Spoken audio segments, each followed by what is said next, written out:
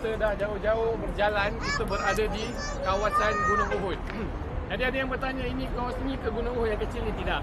Daripada ujung sana sampailah di ujung sana, itulah bukit yang mencintai kita orang Islam dan kita mencintainya. Apakah bukit ini bernyawa? Allah sebut dalam Al-Quran, Sabbahalillahi ma fis samawati wal ard. Semua di dalam muka bumi ini sebenarnya bertasbih kepada Allah dengan cara tasbihnya mereka masing-masing. Buktinya Nabi SAW pernah ada batu yang beri salam kepada Rasulullah. Tadi pagi kita jalan dekat tempat makam Nabi. Di situ dulu ada tiang yang pernah menangis, di mana Rasulullah SAW tidak menyandarkan diri. Baik, jadi frekuensi mereka berbeza dengan frekuensi manusia lah ya. Bukit ini juga, Bukit Uhud adalah bukit yang di mana seseorang itu kalau sembahyang jenazah dan mengiringi jenazah, dia dapat pahala 2 kali ganda bukit ini. Itu yang nak digambarkan betapa besarnya. Kita sengaja bawakan di atas kawasan bukit yang kecil ini. Asalnya bukan bukit yang kita duduk ni, bukan bukit yang kecil. Asalnya dia agak tinggi sedikit. Jadi bila setelah peperangan Badar, yang mana umat kaum Quraisy Mekah dikalahkan dengan begitu hina. Mereka nak kejar umat Islam sampai Madinah, tapi akhirnya mereka tewas. Walaupun jumlah mereka berlipat kali ganda, mereka pada tahun seterusnya ingin nak bertemu lagi dengan orang Madinah, nak return lagi dengan orang-orang Madinah. Jadi Rasulullah SAW gunakan satu strategi di mana kita perlu menghadapi mereka di satu tempat yang mereka pun tidak boleh menang. Kalau Badar, strateginya dekat dengan tempat air. Kalau Uhud, strateginya dekat dengan gunung. Kenapa digunakan gunung? Kerana kalau kita berperang di kawasan gunung ini, hanya yang perlu mereka perhatikan adalah musuh daripada satu pihak saja. Mereka tidak akan dikerumuni. Kalau berada di medan pertempuran yang tengah padang, mereka akan dikerumuni dari kanan, dari belakang kerana jumlah mereka yang kecil. Jadi orang-orang kalau nak masuk Madinah, dia akan masuk daripada sini.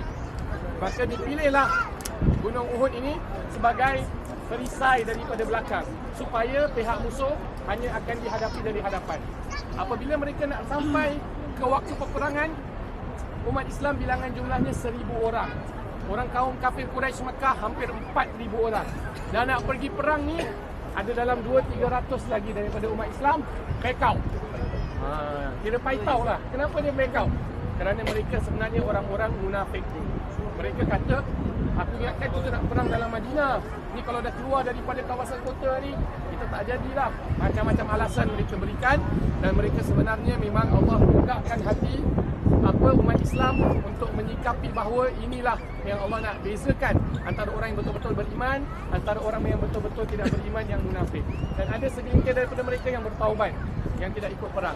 Jadi bayangkan, dahlah bilangan kecil sedikit, kemudian bila nak keluar ke perang, tambah lagi sikit lagi. Jadi 700 orang nak menghadapi 3 hingga 4,000 kaum Quraisy. Maka perlu ada strategi selain daripada defensif ini. Nabi SAW perintahkan 50 orang lebih kurang menjaga bukit ini untuk menjadi pemanah-pemanah. Kenapa dia jadikan pemanah? Kerana ini tempat yang kita pijak ni, cuma tak tinggi macam ni dulu, ya? Maaf, tak rendah macam ni, mungkin lebih tinggi, ya? Lama-lama kerana landscape ni berubah, orang pun ambil bawa balik batu, hujan dan sebagainya, dia jadi rendah sedikit lah. Tapi ini tempatnya. Kalau kita bayangkan 50 orang berada di atas sini, pemanah, maknanya dia jaga supaya pihak musuh tidak boleh serang daripada kiri. Nampak ni? Pihak musuh tidak boleh serang daripada kiri. Kerana dia ada beberapa truk, ada 3-4 truk daripada kaum Quraisy. Jadi mereka nak channelkan semua orang berperang dengan kaum muslimin, yang mana kaum muslimin ada kat belakang sini, betul-betul belakang Bukit Uhud. Jadi mereka tak payah nak fikirkan dari sebelah sana, perasan tak? Tak ada. Daripada sebelah sini, mereka tak boleh attack. Apa pasal mereka tak boleh attack dari sebelah sini? Pasal sini ada pemanah-pemanah.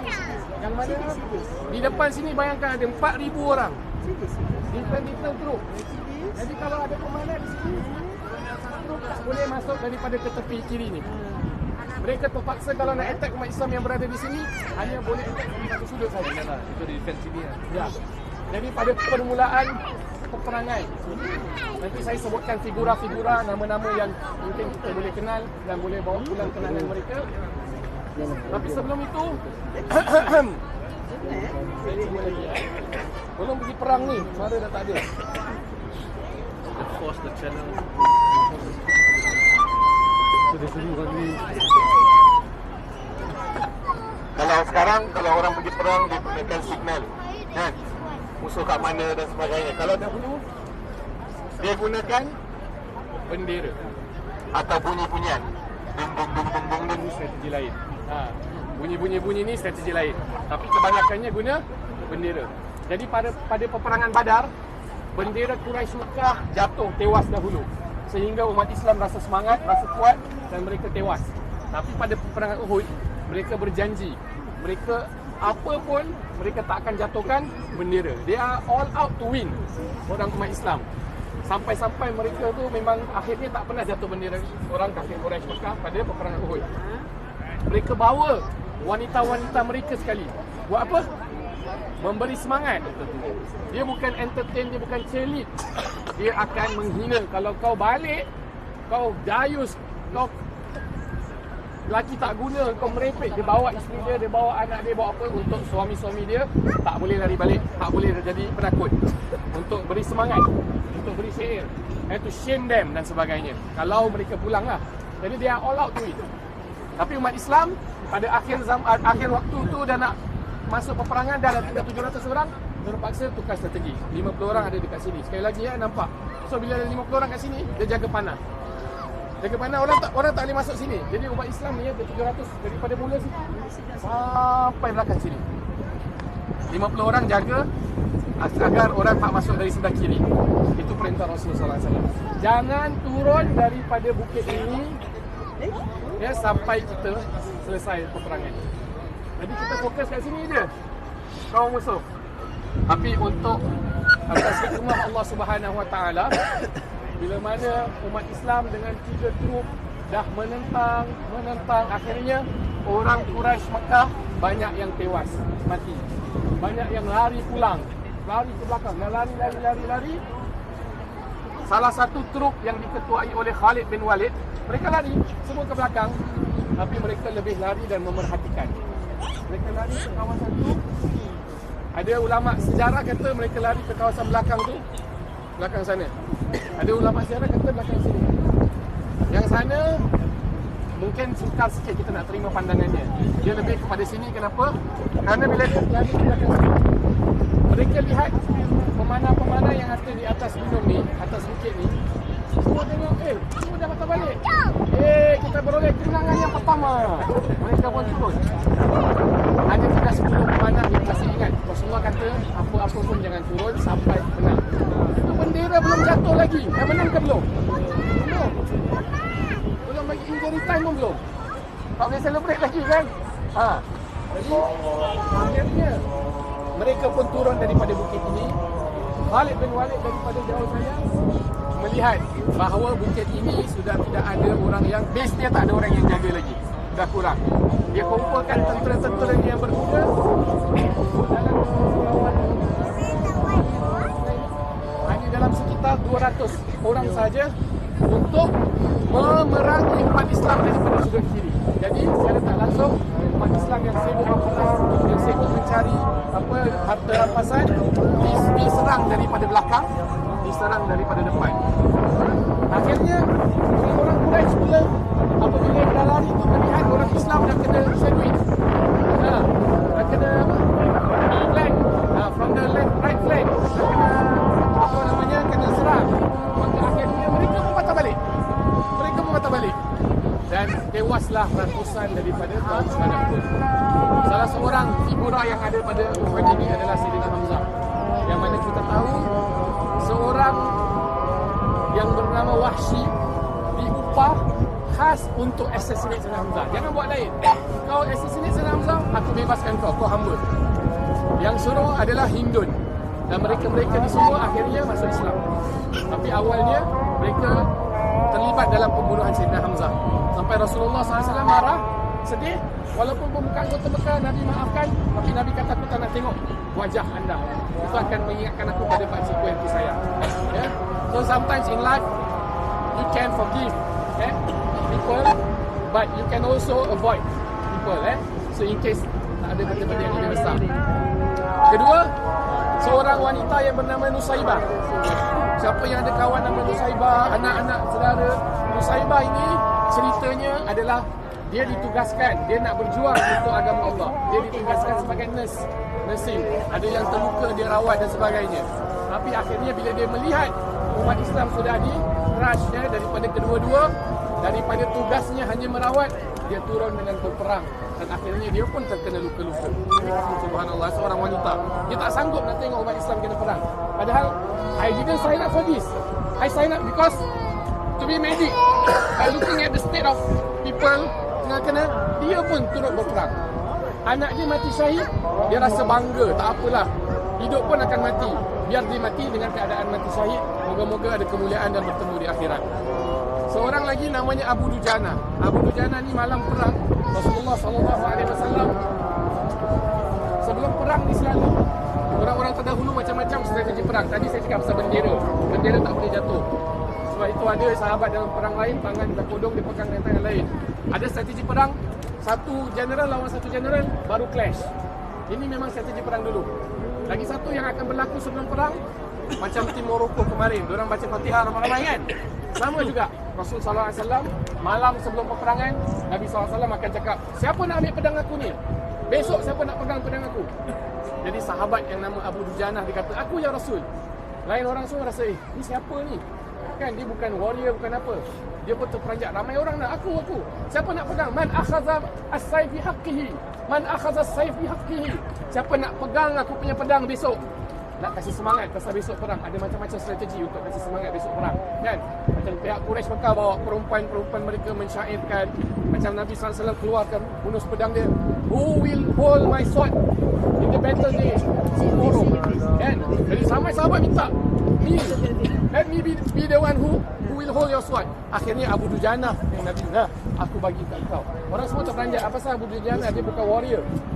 Tapi diriwayatkan bila mana pada hari Uhud tu, setelah peperangan, dia mati syahid. Tapi orang-orang yang nampak dia, orang-orang cakap dia bunuh lebih daripada puluhan orang. Dia seorang. Dia slash dalam badan dia tu berpuluh-puluh beratus-ratus slash. Tapi maksudnya dia tidak pergi ke belakang pun. Dia pada hari tu orang cakap dia kesiau lah. Bismut. Dia tiba-tiba bismut. Dia tiba-tiba orang sahabat tu, apa sahaja dia pergi? Asal dia pergi? Rupanya Rasulullah SAW pilih Nabi tahu siapa yang betul-betul berjuang. Pasal dia dapat pedang Nabi SAW, tiba-tiba dia rasa warrior lah, seorang warrior. Baik, seterusnya antara nama-nama yang ada tu banyaklah tuan-tuan kaji. Itu syuhada Uhud. Pengajarannya pertama, kerana kita tahu when you have a leader in every steps lah, even organisation, even the family, sometimes lead doesn't necessarily be correct, but there's a way to correct our leader. You do not just be the team. Sama saja dalam Islam, walaupun pemimpin awak bukan pemimpin yang adil, bukan pemimpin yang ni zalim, tapi dalam agama Islam tak pernah agama Islam menyeru untuk mengadakan pemberontakan, tapi dengan cara yang terbaik untuk mengakhiri sesuatu. Jadi itulah space daripada apa yang kita belajar dari Uhud. Seterusnya Rasulullah SAW dikejar. Rasulullah SAW apabila kedua pihak musuh datang ni, mereka cari Nabi Muhammad SAW. Dan daripada peperangan Uhud, Nabi punya topi besi ni sampai tercucuk ke dalam muka Rasulullah SAW, dan sampai gigi Nabi SAW patah, dan sampai-sampai sahabat pada peperangan Uhud ni mereka tak ada armor lagi, mereka buang badan mereka dan mereka mati syahid kerana nak mempertahankan Rasulullah SAW di dalam satu tempat di dalam bukit Uhud di belakang atas sana. Itu ada yang tanya saya tadi kan, dekat kawasan atas sana. Tapi sekarang dah tak boleh nampak lagi lah, nak kena pergi tempatnya. Atau awak Google, awak akan tengok ada satu gua di mana Rasulullah SAW retreat. Jadi siapa yang menang peperangan ni? Mereka kata dalam first half orang Islam menang. Tapi kerana mereka inginkan harta rampasan dan ghanimah. Kenapa mereka ingin harta rampasan? Bukan pasal mereka tamak, tapi harta rampasan ni kalau tak ambil, orang Quraisy akan ambil. Diorang akan attack lagi.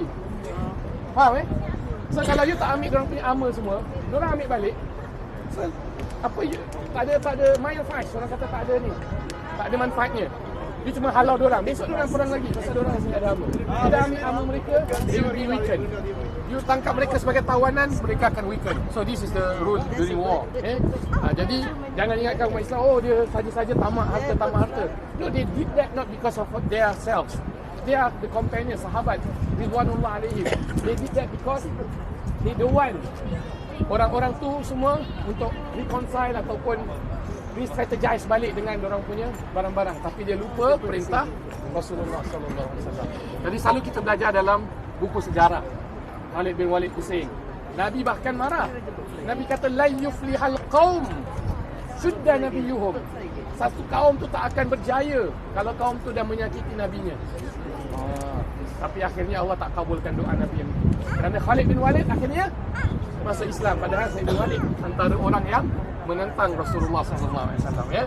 Jadi tuan-tuan, kita ada dekat satu tempat yang kita boleh gambarkan perjuangan tersebut, ya. Bukan mudah. 700-800 orang dekat belakang sini, kemudian nak hadapi 40 orang kat depan sana. Bukan satu benda yang mudah. Jadi bukan kita di sini nak cakap, oh sahabat-sahabat ni tak dengar perintah. Tak apalah. Jadi kita telah berlalu pengajarannya, kita yang mengikuti perintah, dan kita sentiasa kena menghargai perjuangan dan jasa daripada syuhada Uhud ini. Mereka-mereka yang mati syahid tu khususnya di sana yang diketuai oleh Sayyidina Hamzah, ya, kita berikan salam dan sejahtera kepada mereka. Jazakumullah khairal jaza. Moga Allah berikan sebaik-baik dan setimpal-timpal balasan kepada mereka. Jazakumullah anna wa anil Islam wal muslimin. Kami mengucapkan sebaik-baik penghargaan dan moga Allah berikan balasan ke atas apa yang telah mereka dan anda semua, wahai syuhada Uhud, perjuangkan untuk kami, untuk agama kami, untuk Nabi kami.